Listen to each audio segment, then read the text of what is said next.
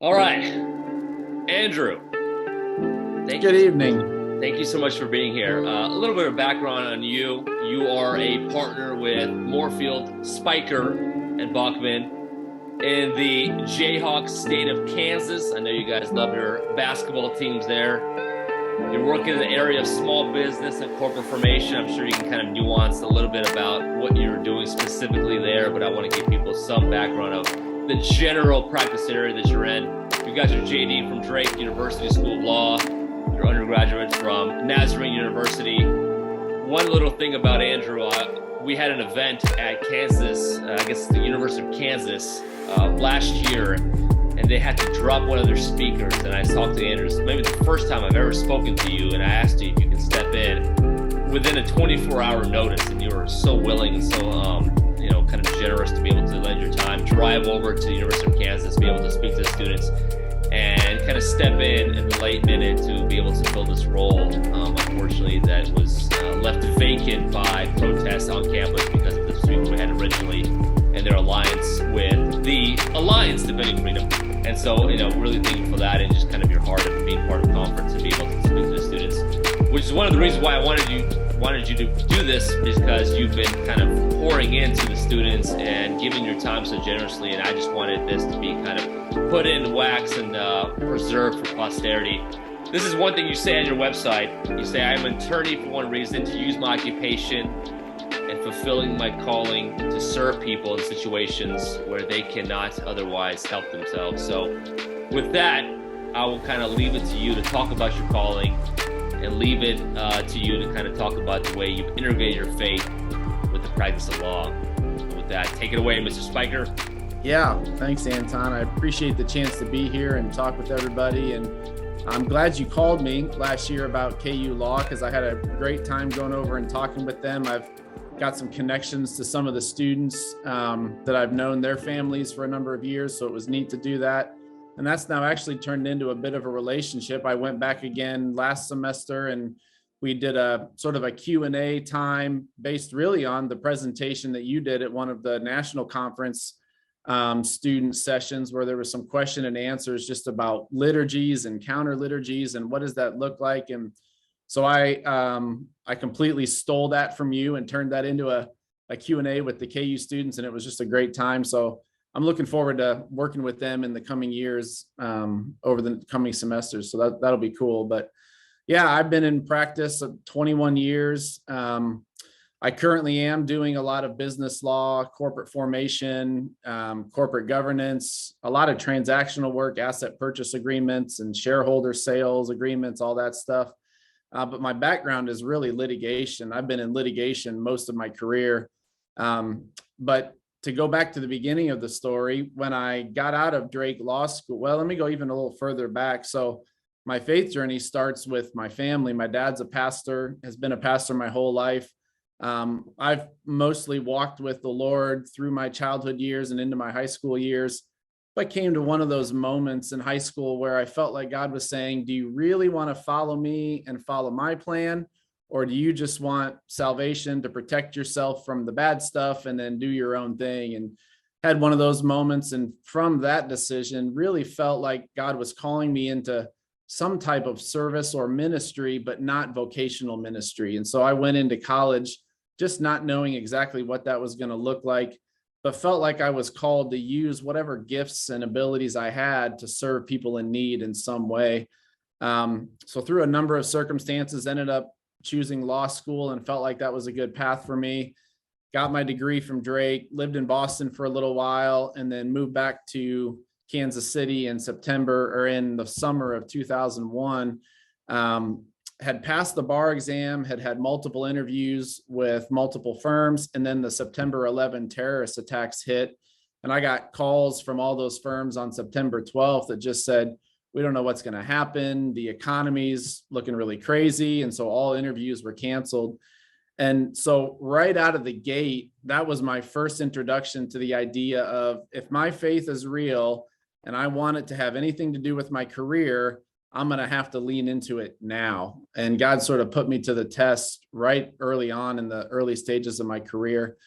And I look back now and I'm so thankful for that season, because if I hadn't leaned into my relationship with God in that moment and in that season, I wouldn't be where I am now. So honestly, I pouted for a couple of weeks and spent a bunch of time on the couch watching daytime television. And once I finally picked myself up out of my pity party, I just went and got a job at the mall and then started really leaning heavily into scripture and devotional time and prayer time, saying, okay, God, if I'm not going to walk the traditional path of, 1L internship, 2L clerkship, and a job right away, what do you want my path to look like? And I can look back now and see that he prepared me in some ways spiritually during that season that I've really been able to look back on and lean into. So the reason I even share that is just to encourage each of you that the traditional path, everyone talks about it and everyone says that you should go right from college to law school, and then law school, 1L clerkship, 2L internship, go to big law.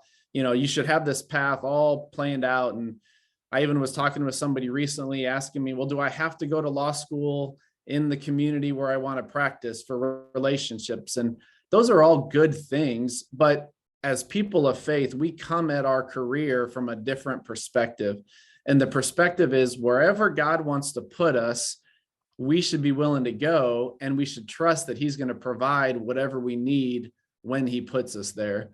And so I say all that hopefully to encourage you that the traditional path can be good for some people, but if your path is not traditional and if things seem like they aren't working out the way the textbook says they should work out, don't panic. It's okay. And it's probably not an accident. God is probably working something in your life. If you've trusted him to lead you in this part of your life, he's doing something that's going to prepare you for something greater in the future. And I've seen that in my life. So I went through a few months of just working at the mall and eventually felt like I just needed to take something to get into the courtroom. And I felt like I wanted to do litigation. So I started off as a public defender doing criminal defense for the state of Missouri and did that for about a year and a half. And that was just an amazing crash course in litigation, client management, interacting with the courts and opposing counsel. And it was phenomenal. But then from that, I realized that that area of law was not what I felt like I was called into. So I transitioned to a big firm downtown Kansas City for about a year doing workers' compensation litigation defense, primarily for employers. That was closer to what I wanted to do, but this idea that I really felt called to serve people in need, individuals who can't help themselves, workers' comp on behalf of the employer was not letting me do that. So God opened up an opportunity for me to join a boutique litigation firm where we primarily were doing personal injury and wrongful death litigation on behalf of plaintiffs, a lot of car and truck and motorcycle wrecks, a lot of defective product litigation. And I did that for about 10 years. And that's where I really felt like I was able to use my gifts and abilities to help people and to walk with them through some really dark and difficult seasons of life when they've suffered a serious injury, can't provide for their families anymore, aren't sure what their future is going to look like.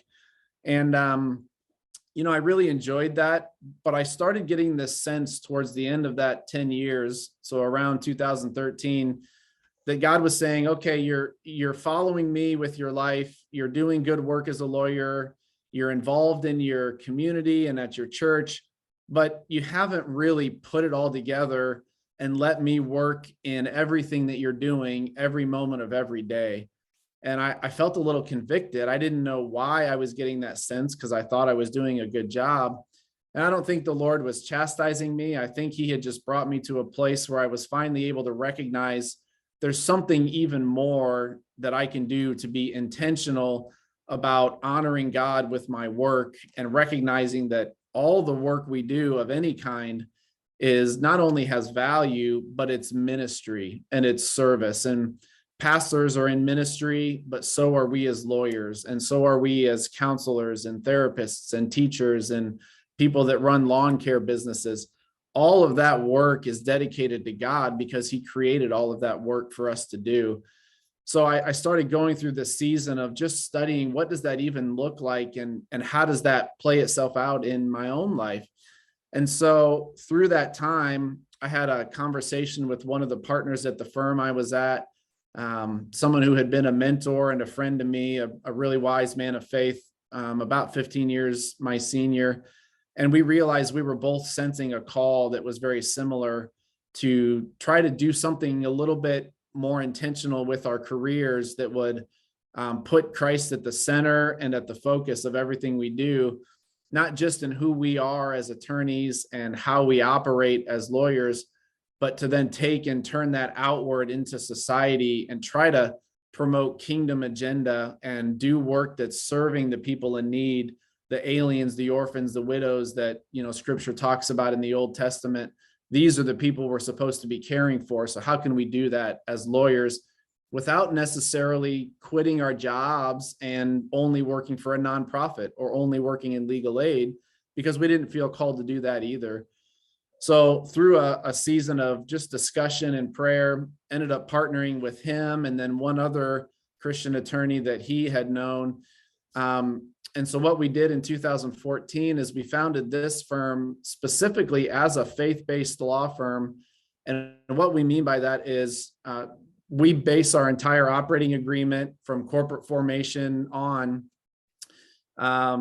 everything is tied to scripture. We have a statement of faith at the beginning of our corporate documents. All of our core principles in our operating agreement have scriptural principles tied to them. And we do that internally so that we are reminded of who we're called to be and who we're striving to be. But that's sort of the center core of it, right? But then we want to take it out a circle. And we do that in the way that we have our employee policies and our procedures and manuals. How do we serve our staff really well? How do we empower them to also follow whatever call they have on their life? And then we want to take that out another layer, and it informs how we interact with opposing counsel, how we pursue excellence in all of our work representing clients.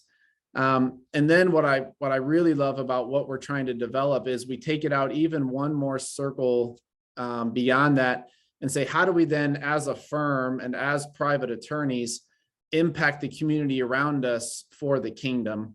And so what we've developed is really two initiatives. The first is a community service initiative where as a firm, we do a community service project once a quarter. And that's partnering with local nonprofits and ministries in non-legal ways. We'll go do lawn care and maintenance and cleaning out sheds and, all kinds of, so we'll do, like angel tree type things for organizations, and we'll provide gifts to their people in their programs and just all kinds of stuff, because we invite our staff and all of our families to come join us so that everyone gets a sense of serving and giving back into our community.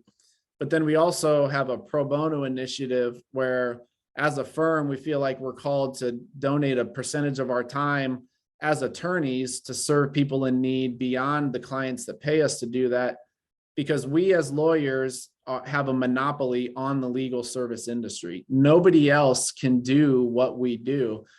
And so when somebody gets trapped in the legal system or is facing a problem that only the legal system can solve, we're the only people in society that can speak truth into that and provide guidance through that process.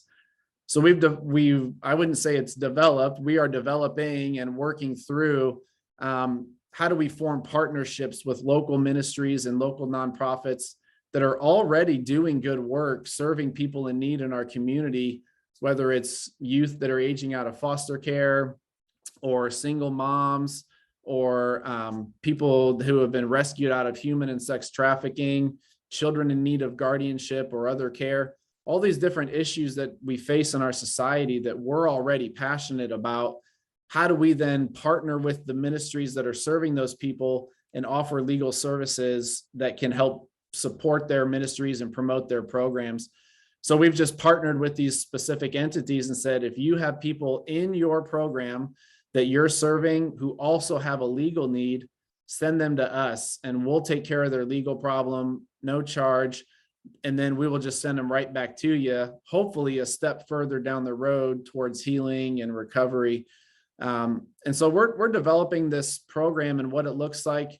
And it's been just really, really cool to feel like God has given us this vision of how do we take what we want to do as private attorneys in a for-profit firm and yet still use our gifts and abilities to serve people in need, or those that society might say are the last or the least or the lost, and all these labels that we put on people who are also just children of God that need help, and they can't find that help unless people like us step in and provide that.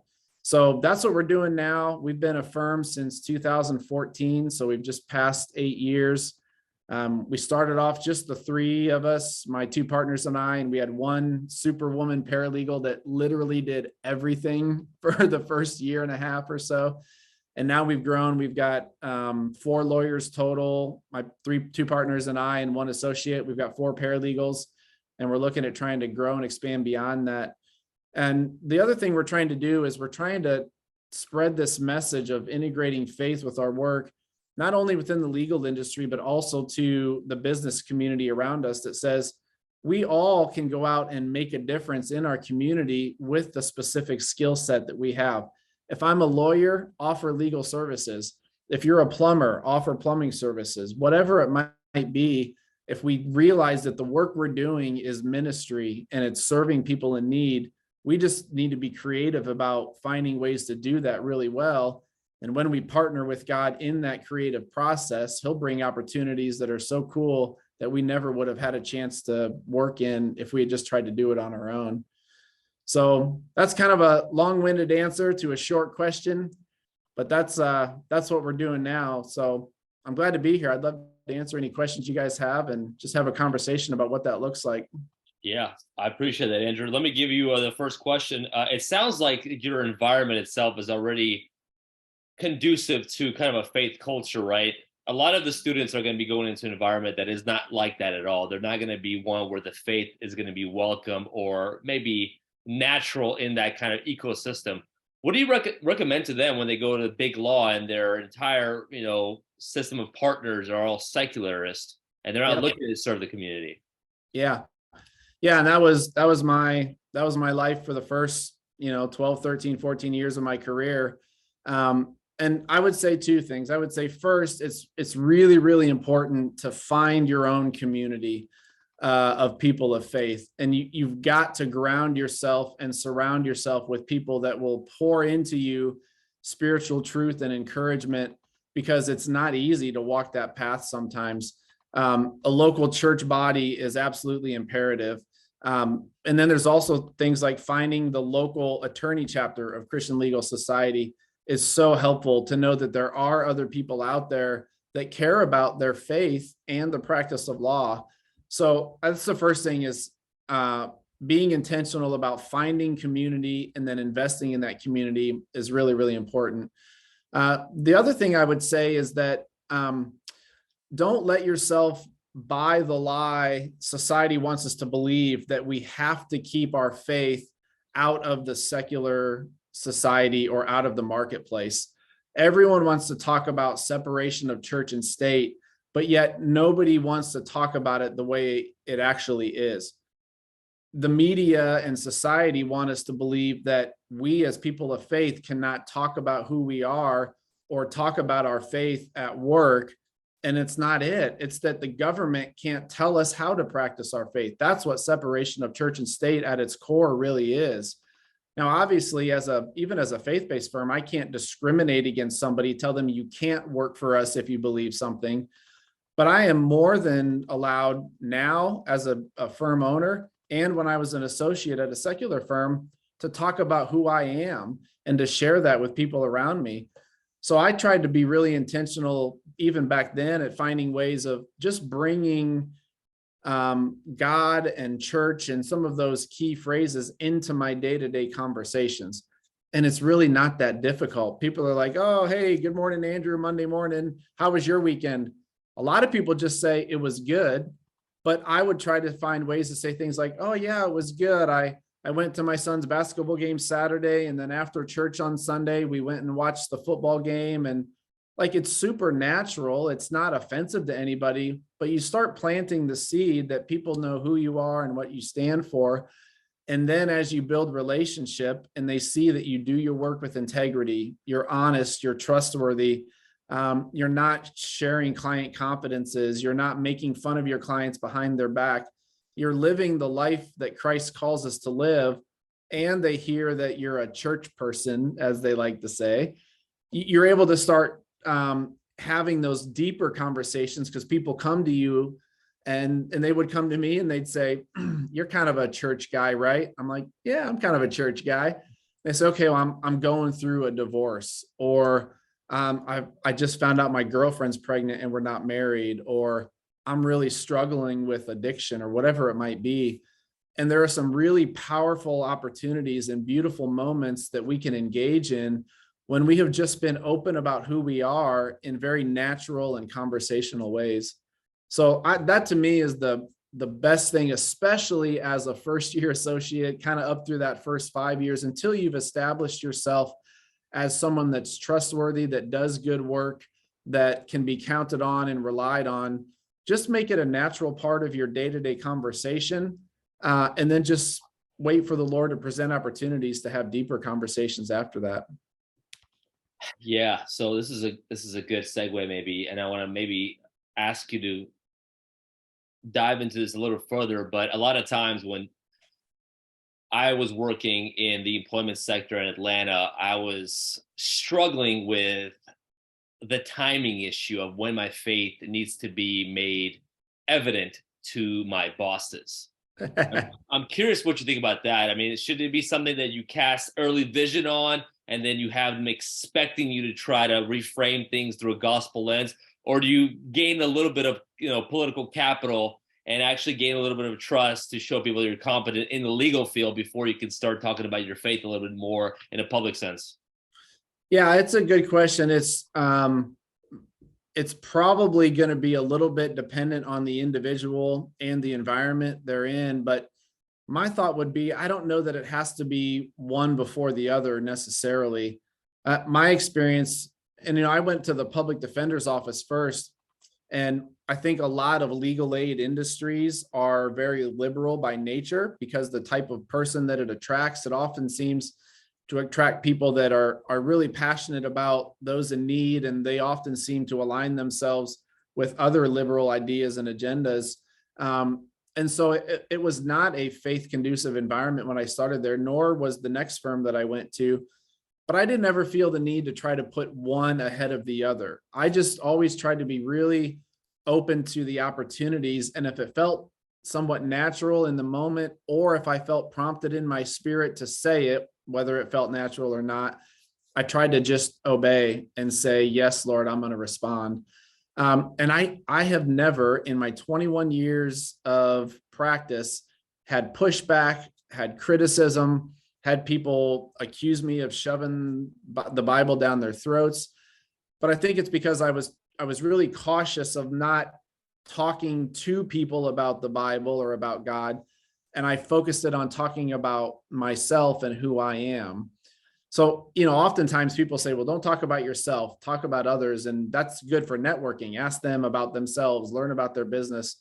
In this arena, though, I think it's really effective to just keep in mind who we are, and then be willing to communicate that. And if part of your life is going and working with your church one Saturday a month to serve food to a homeless shelter, tell people that and bring it up in conversation when it comes up. And I think as you do that, and at the same time, you do really excellent legal work, you're trustworthy, people know they can rely on you. As you do those things together, I think your bosses, and they'll just realize that, okay, you're the kind of person that we want to have around. I maybe don't know much about the God stuff. I'm not really interested in the church thing, but you're not telling me I'm a bad person. You're not telling me I need to find Jesus. You're not handing me Bible tracts. You're just authentic with who you are. And then you're authentic and you're doing really good work. And those two just play really nicely together. Did you ever have a case that you felt conflicted with your faith that you had to kind of find a way to maybe avoid? A little, yeah. Especially as a public defender, I mean, obviously everybody knows, whether anybody admits it or not, everybody knows most of your clients are guilty. Most of your clients know they're guilty. The judges know they're guilty. The question is not can you prove their innocence? For me, the question was in that criminal defense context is, what is this person dealing with that led them to this life choice or this circumstance? How can I look beneath the surface of the criminal charge and try to get to the root of the issue and help them find healing and wholeness in the midst of this trial or in the midst of this storm? So even in the cases where I was defending child molesters or people charged with murder or rape or some of these really just heinous crimes, my question was usually not, how can I get you out of this? My question was, how can I help you become a better person through this, while also understanding there's going to be consequence for your choice. Now, if there was an issue where the prosecutor was overstepping or overcharging, or they were trying to seek a punishment that was not conducive to the crime, then yeah, we fight that because the system matters and justice requires that everyone is treated equally and fairly. But that wasn't my primary focus. I looked for ways to serve the client at a deeper level and said, if your real issue is substance abuse and addiction, and that's why you're committing these crimes, let's treat the substance abuse and addiction. If your real issue is that you have been abused and traumatized, and now you're turning around and abusing others, let's find a way to address that issue in the greater context of the criminal justice system. So I didn't ever feel at odds with representing a murderer or representing a rapist, because I wasn't focused on that choice that they made in their life. I was focused more deeply on who they are as a person and how can we help them. And I was really encouraged through those years by a lot of the scriptures of, Jesus talking to the woman accused of adultery, and Jesus talking with the woman at the well. And even many of his disciples who they were Jews, but they were not good people when he called them to follow him. And he was constantly looking past their choices and looking at their heart and how can he capture their heart for him and for his ministry in the future. And so I tried to adopt that same approach. And then, so that was in that criminal context. Once I moved into civil litigation, there were a few times where a partner came to me and said, I've got such and such case I want you to work on. And I just really felt convicted that I wasn't the right attorney to do that. And so I was just honest. And I said, I'm not telling you I won't, but I'm not sure that I'm the right lawyer to help you with this, because I'm not sure I believe the client's story, or I'm not sure that I can zealously advocate for this client's position, because it runs at odds with some of my own personal feelings and beliefs. And if you tell me I need to help you with the legal process, I will do it, but I don't think I'm the right guy. And that only happened a couple of times, but both times those partners said, I never even thought of that. I appreciate that. You're probably not the right associate to help on this. If you can't really buy in and jump on the client's side, you're not going to be a good advocate for them, and that's not good for the client. So kind of reframing it in terms of what's best for the client is a good way to approach that conversation. And then as you get further along in your career, once you're making the decision on which cases to take and which clients to represent, it's really easy to just say, hey, I'm sorry, Mr. Smith, you own such and such business and you're engaged in this enterprise. I'm not the right lawyer for you. I'm going to recommend that you contact this person or that person. And then you just self-select out. The lesson I've learned from that is that I don't have to take every case. I don't have to do every job that comes across my desk. If I'm faithful to follow the call that God has for me, he's going to provide the right clients with the right amount of work, and he's going to take care of my needs. I don't need to chase every last client and every last dollar. Yeah, the one thing I was curious about is how much of your interaction with clients has to do with their idiosyncratic needs versus systematic changes.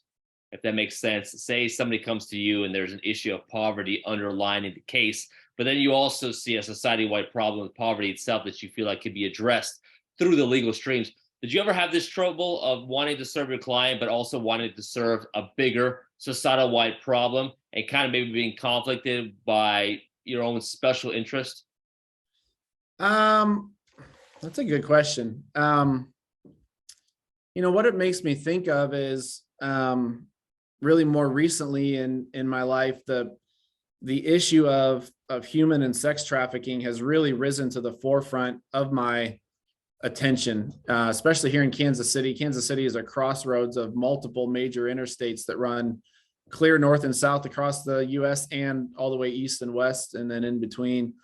And so I've been working with some organizations on helping specific individuals that have been victims of that try to get out of that and then serve legal needs that they have, but also feeling like there's this huge systemic problem of abuse and trafficking that's going on. I can't, as one lawyer and one small firm, make a change there. So how do I partner with other organizations that are also attacking the problem? And maybe it's by raising awareness. Maybe it's by offering guidance or advice or insights to organizations that are also pursuing that problem. It's never stopped me from helping the individual person, because I feel like even Jesus in his life, and I was actually had this conversation just the other day with somebody, in his life, his total ministry at a high level was about attacking the systemic problem of the Jewish religion. And they were just obsessed with the religiosity of it. And they had forgotten the people and meeting people at their place of need. Jesus was all about upsetting the apple cart of that system. But within that process, he never once forgot about the individuals. And he would regularly, intentionally go to an individual person in need or in pain, and he would minister to them within the greater context of hoping that would then represent to others the problem with the system, and then invite others to try to be part of changing that system.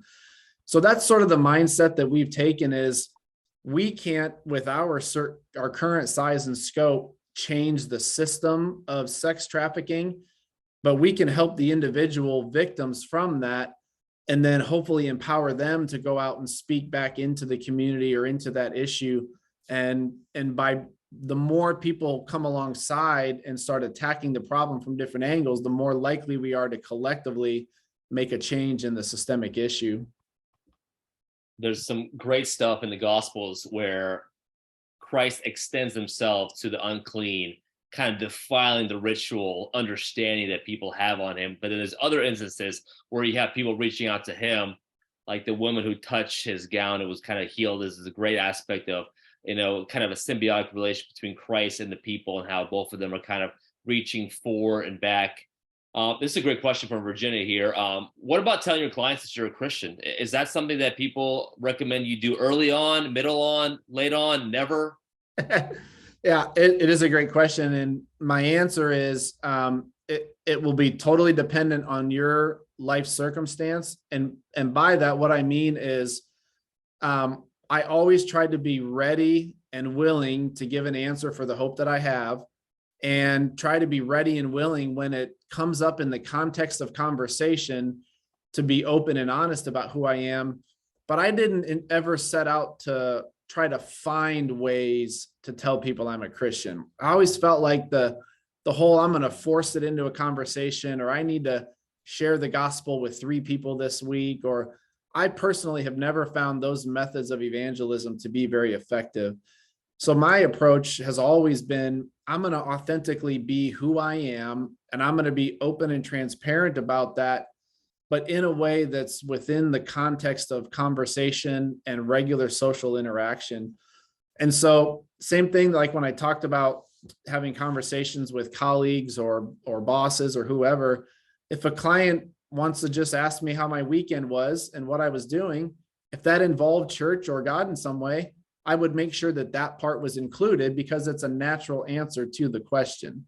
If people ask me what I like to do in my spare time, I would talk about it. If people say, who's your favorite music artist, I would list some Christian music artists, and then just say, this guy, and they do a lot of Christian rock, but then I also like this artist over here. And again, that's like, I'm intentional about being open to sharing it, but I'm not looking to create the conversation or try to force it in unnaturally. And that has served me really well. I've had multiple opportunities long before this firm where that would happen with a client sort of early on in the relationship, especially in personal injury law. That somehow that would come up, and then it would come up again, and then it would come up again. And after representing someone, sometimes for a few years, these cases can linger on for a long time. I would have clients come and say, "Hey, would you mind praying for me? My mom's really going through a rough health situation." And absolutely, I'd be happy to. Or they would come and say, I'm really struggling with an issue with my kids, and I used to go to church, but now I don't. Would you happen to know any churches in my area that might be good? And yeah, I'd love to put you in touch with somebody. And again, even after that, I didn't ever feel like I needed to take that as a sign that I was supposed to now like chase that person down and make sure that they prayed the sinner's prayer and found salvation, right? I felt like God put me in that moment for that time, and I did what I was supposed to do. I responded to the opportunity, and if another opportunity arose, I would lean into it. But I didn't ever feel like I was supposed to try to force it into the conversation unnaturally or unauthentically. I think I asked you this question at a conference last year, but it's a question about habits, right? There's going to be natural habits that you start developing in law school that begin to fester when you're in your first or second year because of the pressure and the importance of you keeping your job in the long run, because you got these bills you got to pay and your parents are no longer paying for your stuff.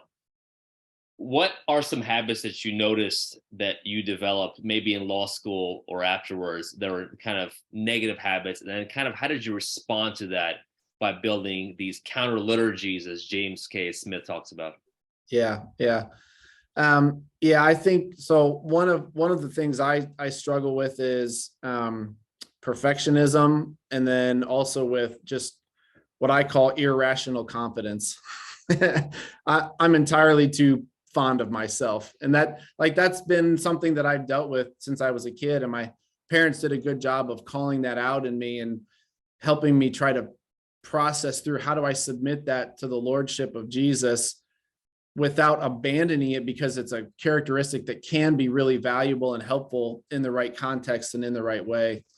So but that really was an issue in law school for me. I felt that rearing its head, that one, I would want to do everything really well, and I'd want to be really competitive with grades and rise to the top of the class, partly because of perfectionism, but then partly because I felt like that made me feel better about myself. I had somehow now earned my worth and earned my status in society or whatever.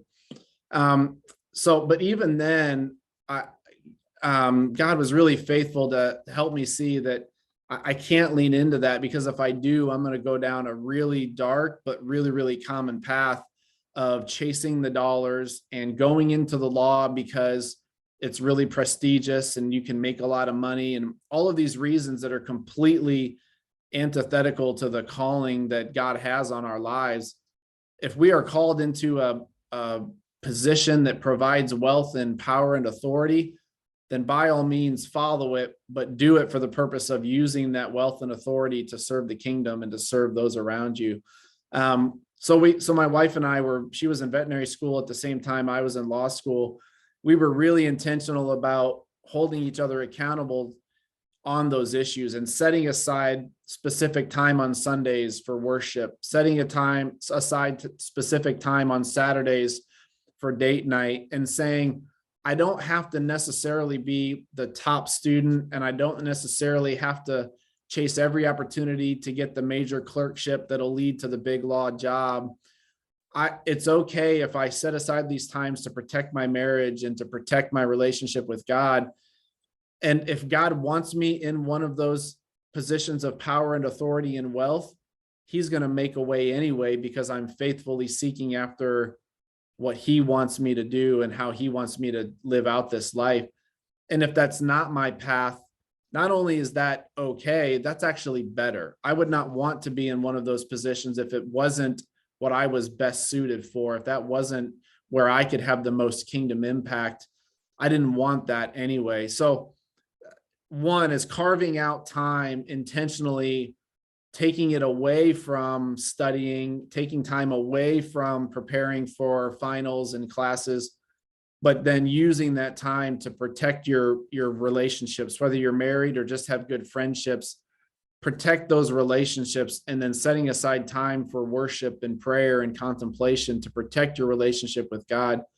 That you have got to learn those habits now. And law school is like the perfect training ground for doing that, because we want to tell ourselves, if we just focus and dial in and go all in for 3 years, we get through it, then I can get back to going to church, or then I can get back to having my friendships. And the problem is, once you've gotten a taste of that and you've pursued that, it's really hard to let it go once you're a first year associate and a second year and a third year. And, you start reaping maybe some of those financial benefits or some of that prestige and power benefits.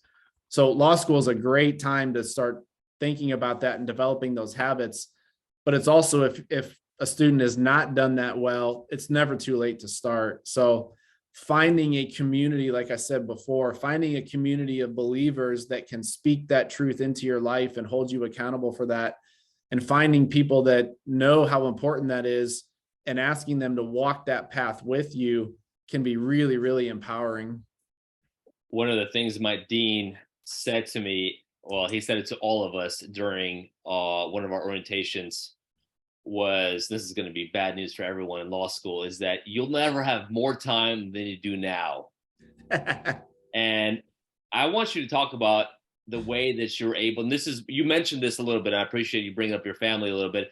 I want you to maybe provide a little bit of context in regards to how you're able to manage your family life with your work life, because family is obviously more important than your work, but work itself it's a jealous mistress, as people say, and it takes your time away until finally you start to see rifts in your family structure. What do you recommend for people who are coming into their first year with a family, not wanting to put that person aside for the sake of advancing their careers? Yeah.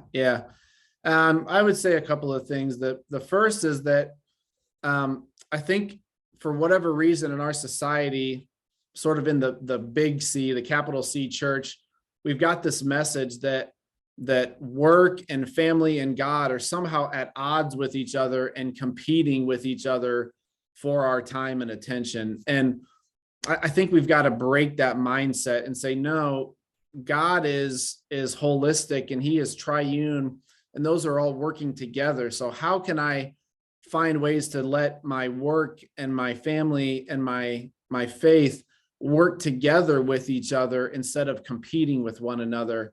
And that's going to be a really personal journey for a lot of people about what that looks like. So, but that's the first thing is try to reframe your focus away from these things competing with each other and start looking for ways that they can integrate with each other and work together for the betterment of all of those factors. When you can feel like you are holistically engaging in your family life, which makes your work life better, which makes your faith better, and each of those pours into the other, there's just something really empowering and freeing about that. So one way to do that really practically is to invite your spouse and your children into your work life. And obviously you can't take them to work with you, but don't just go home and be like, how was work? It was good.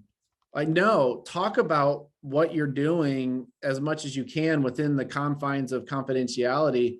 Share with them what it is about your work that you're passionate about and that drives you, and why did you even choose to go into this profession.